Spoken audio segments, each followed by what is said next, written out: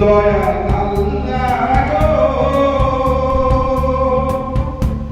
দাওরায়ে কবর নবীরে দেখাইয়া আমি হায়াত জান্নাতে ভুলিব। আমরা আদর্শ সেবা সমিতির পক্ষ থেকে আজকে যেটা আয়োজন করেছি সেটা হচ্ছে নতুন হাজিদের সম্বর্ধনা দেওয়ার জন্য। কয়েকদিন আগে ওনারা পবিত্র মক্কা শরীফ থেকে ফিরে এসেছেন, তাদের সম্বর্ধনা দেওয়ার জন্য ডাকা। কিন্তু সেই সঙ্গে সঙ্গে আমাদের এলাকার পুরাতন হাজিদেরও ডেকেছি, হাজ্জানদেরকেও ডেকেছি, অর্থাৎ ওনাদের ওয়াইফরা যিনারা তাদেরকেও ডেকেছি। ওনারা সকলে উপস্থিত, প্রায় 70 জন হাজি এখানে উপস্থিত হয়েছিলেন আপাতত। তাদেরকে আমরা সম্বর্ধনা দিলাম, তাদের টুকটাক একটু খাওয়া দাওয়ার ব্যবস্থা করতে পেরেছিলাম। এলাকার মানুষের পাশে সবসময় আমাদের এই আদর্শ সেবা সমিতি ছিল, আছে এবং থাকবে। যেমন বিশেষ করে গরিব মানুষদের পাশে সবসময় থাকে। কোনো মেয়েদের বিয়ে দিতে পারছে না, কোনো ছাত্রছাত্রী গরিব রয়েছে, পড়াশোনা করতে পারছে না, কিংবা কোনো অসুস্থ মানুষ আছে খুবই গরিব দরিদ্র, তাদের পাশে দাঁড়ানো, তাদেরকে দিয়ে তাদের চিকিৎসার জন্য সহযোগিতা করা, এই কাজগুলোই আমাদের প্রধান কাজ। আর সেই সঙ্গে সঙ্গে এই সেবামূলক কাজগুলো, যেমন কিছু ধর্মীয় কাজ, ইসলামী শরীয়ত অনুযায়ী কাজ, সেগুলো আমরা করে থাকি। তাছাড়া আমাদের পাশে রয়েছেন আমাদের স্থানীয় নেতা নেত্রীগণ, আমাদের প্রশাসন বিভাগ, আমাদের আমনে সামনে জাতি, ধর্ম, বর্ণ, দল, মত নির্বিশেষে যিনারা আমাদের কাজকে পছন্দ করছেন। ওনারা কেউ আমাদের এখানে সম্মানীয় সদস্য হিসেবে আছেন, কেউ আমাদের অতিথি সদস্য হিসেবে আছেন, কেউ এক্সিকিউটিভ বডির সদস্য হিসেবে আছেন, আর আমাদেরকে এগিয়ে যেতে করেছেন। ওনারা বলেছেন যে আমরাও আপনাদের পাশে ছিলাম, আছি এবং থাকবো যতদিন আপনারা এইভাবে এই সেবামূলক কাজগুলো করে দেবেন। তাই সকলকে আমরা আহ্বান করছি, আগামী দিনে আরও যদি কারো আমাদের এই সংস্থায় যোগদান করার ইচ্ছে থাকে, আমাদের দরজা সবসময় খোলা আছে। আপনারা আসুন, আমরা সাদরে গ্রহণ করি।